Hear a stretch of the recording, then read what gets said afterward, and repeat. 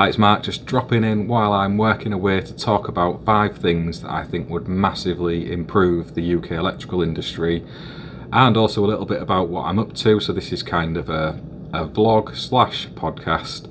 I thought it might be useful, and I'm bored in my hotel room now, so I thought, why not? I'm away in London, so I'm away doing some work. I do a bit of travelling from time to time in the role I have, and you may have seen my post on Instagram of late where we've been dotting around, helping out at some COVID test labs and then on some MOD bases as well. We've got other projects going on across most of the UK, so we're just thinking off the top of my head, we've got a car showroom fit out over in Knaresborough with John Bagley. We've got some hypervolt installs as well across the country. We're doing a lot of those, so really busy, as is everybody in the lead up to Christmas.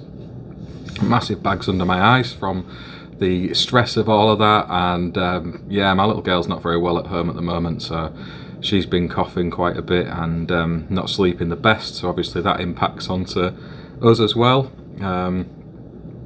In the course of the new year, I'm probably going to be dropping off the podcast scene for a while, so my wife Laura, who is the driving force behind the business aspects of most of what I do, and Apprentice 1-to-1 would never ever be happening, without her support over the last couple of years. She's got some surgery coming up in the new year, and I need to take some time out so I can look after her on her recovery after that. So yeah, I'll be taking a bit of a back seat, working from home. Matthew's going to be in charge of the day-to-day business activities. Please allow me to have a business to come back to. I'm joking, he'll absolutely smash that, I'm sure. It's just one of those, really, isn't it? You've got to get on with it. Laura's been an absolute trooper with it, and she doesn't like social media, so I'm not going to speak too much about her. She'll probably already be quite cross that I've even mentioned her, to be honest. But yeah, just to make that clear, that the whole thing of the academy that's building up, that's still going on in the background. We are opening up an Apprentice 1-to-1 academy of our own. There are discussions with colleges around the entire country about doing something on a number of campuses. It's all really exciting, and I am still focused in on that, but obviously other things take priority, and that's all going to start coming to the forefront of social media through the early part of next year. So if you hear me going quiet on that, it's not because it's not happening, it's just because I'm busy actually making it happen. That's just the way that is. It's life, isn't it? And we get on with it.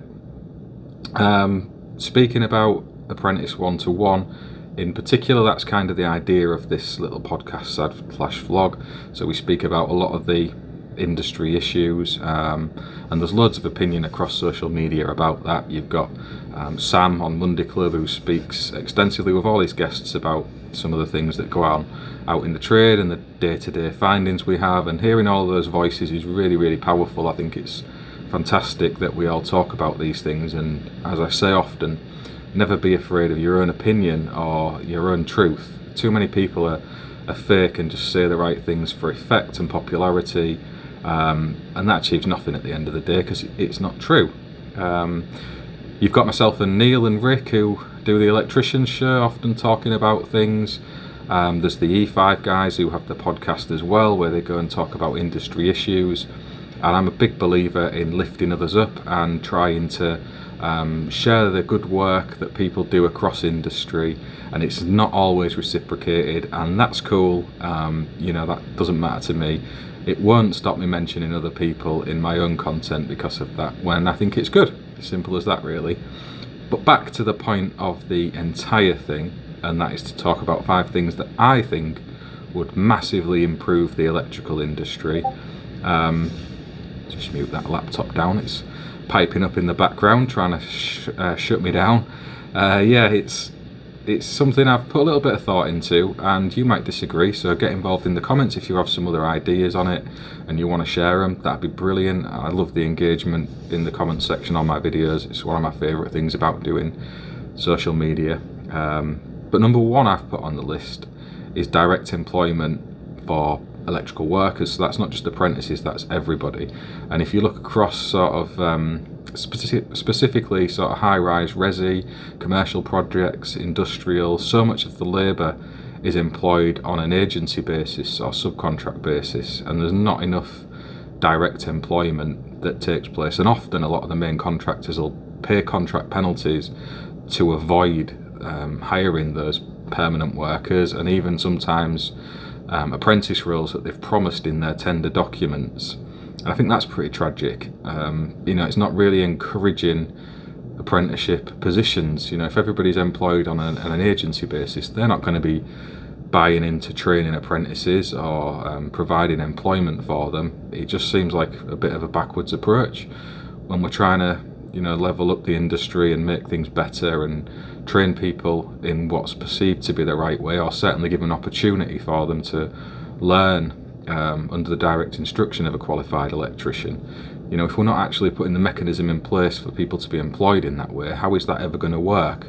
So that's why I went for that as position number one. And if the government are changing their policies at the moment to focus in on hiring of apprentices, that seems like something that has to change, and that is really sort of beyond the control of just the electrical industry. This is something that goes out not just in construction, but all sorts of other sectors as well, where people are on 0-hour contracts, employed through agencies, or working as subcontractors in small single-person limited companies.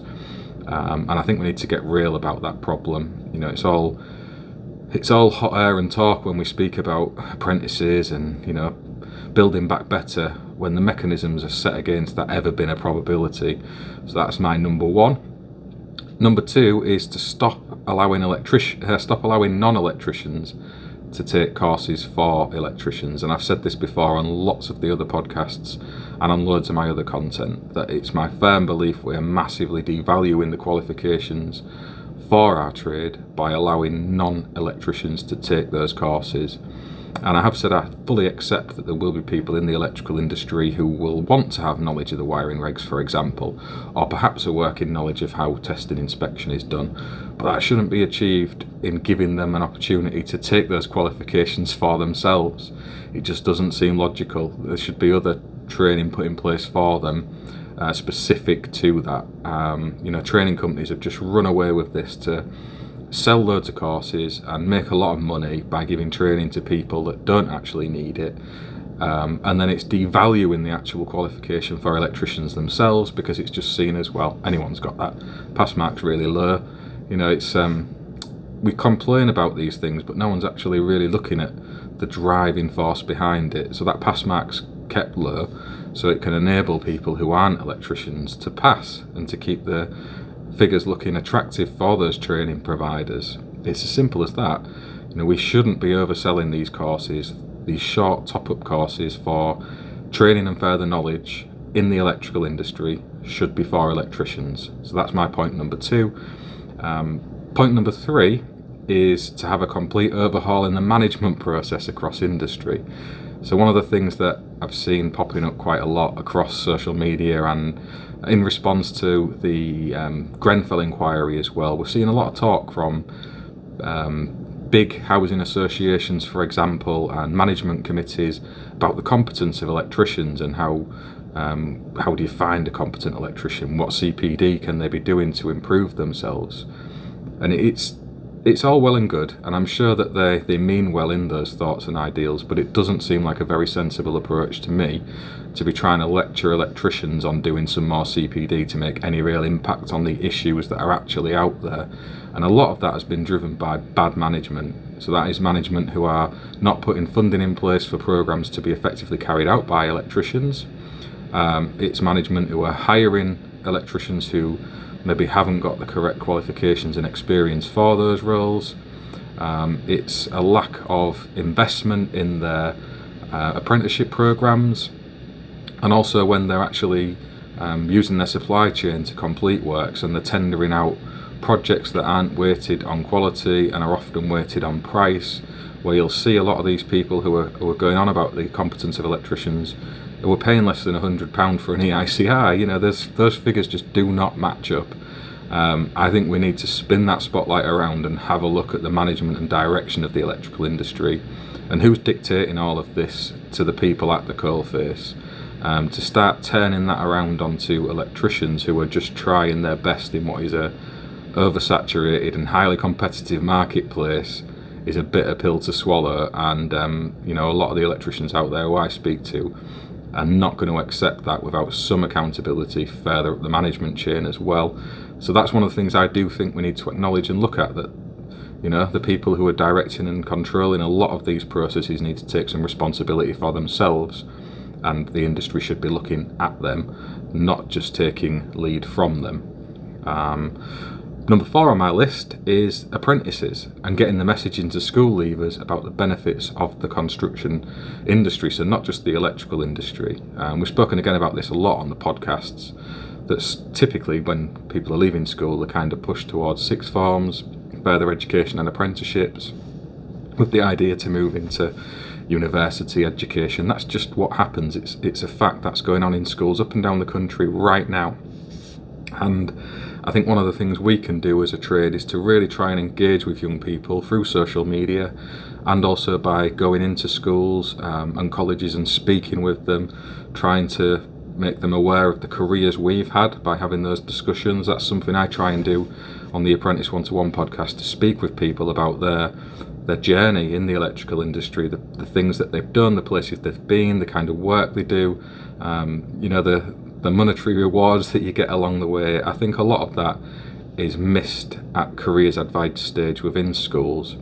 And typically people tend to end up getting pushed towards trades and construction as a last resort because they've not done as well as expected in their exams, and that's going to be the case for some people at that age. Not everybody's focused in on their education, that's just a fact. And I think we should be better at getting the message into younger people of exactly the kind of careers they can have working in the electrical industry, and be more positive and passionate about that, to try and entice and encourage them towards our industry. I think there's massive opportunity for anybody coming to work as electricians at the minute. We've got huge growth right across the trade, from domestic all the way to industrial. Everything is driven by electrical energy these days, from the cars on the road to our homes, and most of the plant and infrastructure around the country, it is all electrical based. And the prospects for long-term employment is, it's fantastic. And that doesn't just have to be out on the tools, being an electrician, pulling cables in and terminating wires. That can be in the supply chain for the electrical industry. It can be in design roles, management, surveying. There's a whole raft of things that people go into. Even the sales side of stuff, there's people who are into sales and marketing, and that's a massive part of the electrical industry. I think we need to get much better at engaging with young people and enticing them over to come to the construction sector, and not just be default positioned towards A levels. And the last thing on my list is to lift others up. I say this quite a lot, and it's something that I do think is quite important. Electricians seem to be the absolute masters of never being able to agree to disagree. It seems to be a case if you have a different opinion to somebody else, you instantly become their mortal enemy, and you will debate them to the death to prove your point is right. And I hold myself up to that, guilty as charged. I've done that before. When you're entrenched in a point of view, you can often get drawn into a debate and argument, and not actually just step back and look at the bigger issues and other people's point of view, and realise that thinking differently doesn't make anybody a mortal enemy. It's just the nature of being human. We all see things differently. We all expect different things. We all have different ideas on how stuff should work and be done. And ultimately, as long as people are kind of pushing forward respectfully and showing support to each other and encouragement, I think that should be something that we should do a lot better as a trade.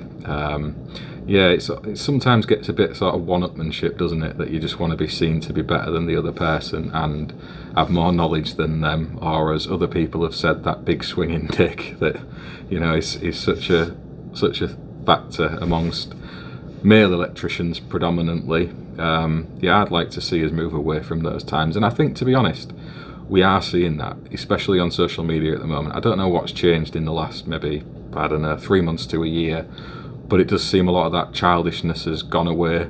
I'm certainly not seeing it in my feeds as often as I used to, and I try my very best to lift other people up, show support to their efforts, aims, and the things that they believe in and are passionate about.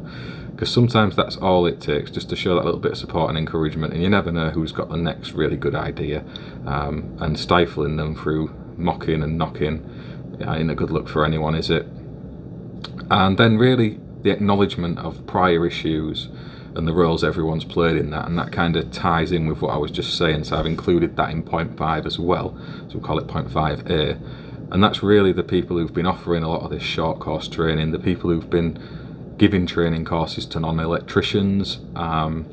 You've all contributed to the huge problems we're faced with now, and some of you are trying to do things about it by restructuring the way entry to the industry is now available. We've had the EAS document come into force in September. We're seeing CPSs change their policies on the back of that. We've got the Joint Industry Board and the IET coming up with new initiatives, and a lot of the training providers coming forward with courses, I'm thinking off the top of my head, to do with the domestic electrical apprenticeship. And that's all brilliant, but there is a huge pool of people who have been misled and missold training over a number of years, who are now in the position of supposedly being qualified electricians, but without the relevant experience and knowledge to really be considered as such. And who's going to hold their hands up to have been a part of that problem and help do something about it? I'd like to see some acknowledgement of that, along with all these new and good ideas to try and help move the industry forward with better training, better quality. I think there has to be some acceptance of that, rather than just ignoring it and moving forward. That's going to frustrate and annoy a lot of electricians who've suffered because of it. So yeah, that was just my thoughts on those 5 things that I've just jotted down here. I'd love to know what you think as well, so if you have an opinion, please drop them into the comments on this video or on my social media post. DM them over if you don't want to do it publicly. This is just me sharing my truth, and I accept and appreciate that other people might think it's total nonsense, and that is absolutely cool with me.